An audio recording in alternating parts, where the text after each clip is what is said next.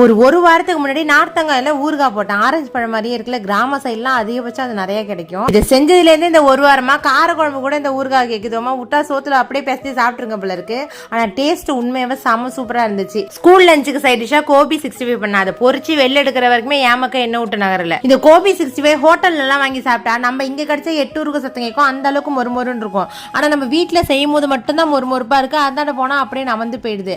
அப்படியே பேட்டி போட்டு கோபி மஞ்சூரியன் ஆக்கிலான்னு பார்த்தா அதுக்குள்ள பஸ் வந்துருமோட்டு அப்படியே வச்சுட்டேன். இன்னைக்கான ஆக்டிவிட்டி டைம் கிளாஸ். இது கிளாஸ்ல செய்யல 2 பிளாஸ்டிக் பாட்டில் இருந்துச்சு, அதை வச்சு பண்ணனா நான் டைம் எவ்வளோ ஆகும் அப்படின்னு பாக்குறதுக்குள்ளே அங்க பஸ் ஆரன் அடிச்சுட்டு பிடிங்கிட்டு ஓடிட்டு அறக்க பறக்க அவ்வளோ சீக்கிரமா ஓடி போய் பஸ் ஏற்றி விட்டோம். உண்மையா 6:30 மணி 7:30 மணின்னு பஸ் வர நீங்களும் ரொம்ப பாவம். எனக்கு 8 மணிக்கே நான் படாத பாடுபட்டுக்கிட்டு இருக்கேன். ரொம்ப வருஷத்துக்கு அப்புறம் வைத்தீஸ்வரன் கோயில்ல யானையை பாக்குற மாதிரி இருக்கு. ஏன்னா சின்ன பிள்ளையில பார்த்ததுதான், இப்பெல்லாம் இடையில யானைங்கிறதே பாக்குறது கிடையாது. அதுக்கு முன்னாடி திருப்பனந்தாள்ல இருந்து யானையை ரோட்டோரமா கொண்டு வருவாங்க, அப்ப பார்த்தது.